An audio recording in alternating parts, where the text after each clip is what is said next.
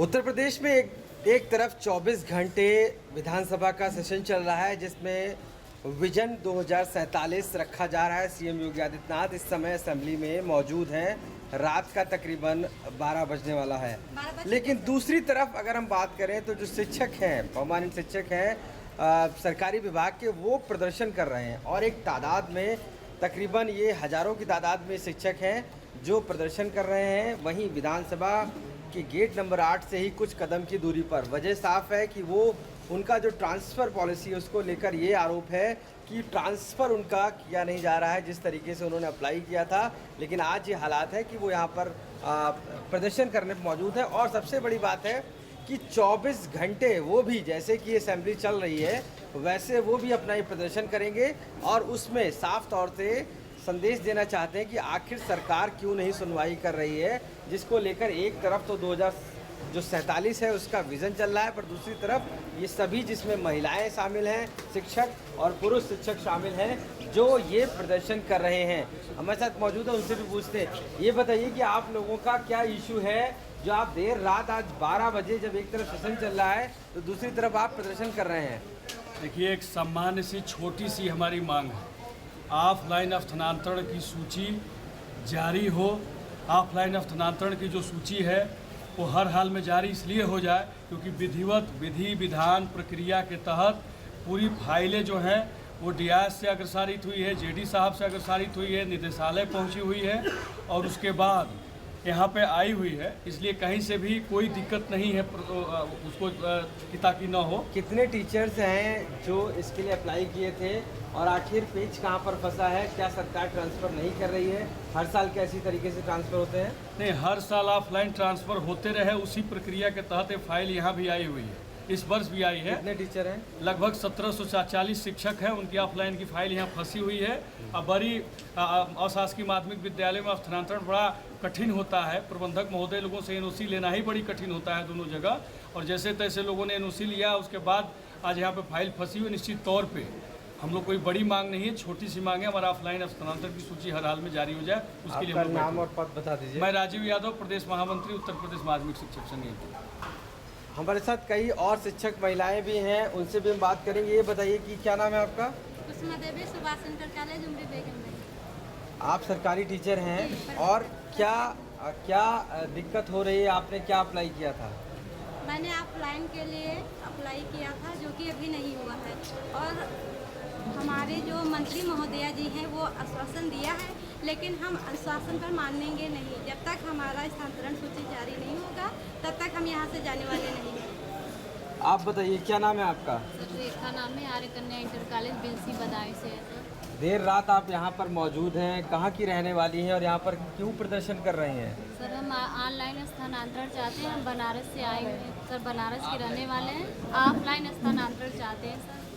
अच्छा, तो आपका स्थानांतरण नहीं हुआ अभी? सर, नहीं हो रहा है, इसलिए हम लोग इसीलिए डटे हुए हैं कि जब तक सूची जारी नहीं होती तब तक हम लोग धरना प्रदर्शन जारी रखेंगे। आप बताइए, क्या नाम है आपका? सर, महिमा यादव, मैं मेरठ में कार्यरत हूँ। इस समय बीएड इंटर कॉलेज। आप रात 12 बज गए यहाँ पर प्रदर्शन कर रही हैं? सर, हम लोग 11 तारीख से यहाँ पे धरना दे रहे हैं सर। 1 साल की छोटी बच्ची है, उसे छोड़ के आए हैं, छोटी बच्चे उसे संभाल रहे हैं। हम लोग यहाँ इसलिए पढ़े हैं कि ऑफलाइन स्थानांतरण के लिए हम लोग जारी किए थे, लेकिन वो जारी सूची नहीं कर रहे हैं। हम लोग इसलिए यहाँ पे पढ़े हैं कि हमारा ऑफलाइन स्थानांतरण सूची हर साल की तरह इस साल भी जारी करें। लेकिन सरकार का कुछ नियम होगा, कुछ कायदे होंगे, क्या उसके पॉलिसी के अंतर्गत आते हैं आप लोग? सारा सब कुछ उसी तरह से करके 2 साल से एनओसी के लिए हम परेशान हुए थे, तब जाके हमारे मैनेजर एनओसी मिली थी मुझे। उसके बाद अप्लाई किया गया, सारा उसी सिस्टम से जैसे पिछली साल हुआ तो उसी तरह से इस साल भी किए थे, लेकिन स्थानांतरण नहीं हो रहा है। इसलिए हम लोग यहाँ पे देर रात बिना खाए पिए यहाँ पे पड़े हुए हैं। ये शिक्षा निदेशालय है जहाँ पर 1740 लगभग वो जो शिक्षक हैं वो यहाँ पर प्रदर्शन कर रहे हैं। एक तरफ असेंबली चल रही है तो दूसरी तरफ ये सारे शिक्षक अपने ट्रांसफ़र को लेकर, जिसमें महिलाएं भी शामिल हैं। क्या नाम है आपका? मैं सोहनलाल वर्मा, उत्तर प्रदेश माध्यमिक शिक्षक संघ एकजुट का प्रदेश अध्यक्ष हूँ। ये जो आपके चैनल के माध्यम से सरकार को आगाह कर देना चाहता हूँ कि सरकारें चाहे जैसी रही हों, संगठन ने नीली, पीली, काली, केसरिया किसी भी सरकार का विरोध नहीं किया है। सरकार का विरोध तब होता है जब वो अपने द्वारा जो शासनादेश निर्गत करती है और उस शासनादेश में जो विहित प्रक्रिया है उसका अनुपालन करते हुए सभी शिक्षिका बहनों ने, शिक्षकों ने अपने स्थानांतरण आदेश की पत्रावलियाँ निदेशालय को प्रेषित की हैं। उसके पश्चात संगठन ने जब नोटिस दिया और उच्च लेवल पर मेरी उच्च स्तर पर मीन्स इस विभाग की सर्वोच्च हमारी विभागीय मंत्री हैं, कल उनसे मेरी वार्ता हुई। वार्ता में उन्होंने काफ़ी कुछ सकारात्मक संदेश दिया कि मेरी माननीय मुख्यमंत्री जी से वार्ता लगी है और उस वार्ता के पश्चात आज उसका निर्णय इस संगठन को अवगत करा दिया जाएगा।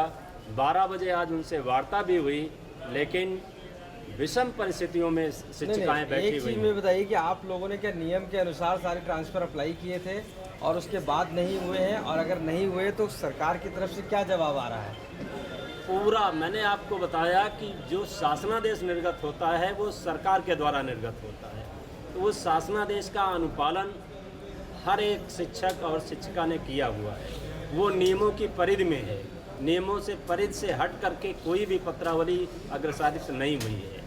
ऐसी स्थिति में ये सरकार की जिम्मेदारी है कि वो ऑफलाइन स्थानांतरण हर हाल में उसको निर्गत कर देना चाहिए। उसकी जो कट ऑफ डेट थी वो 30 जून थी।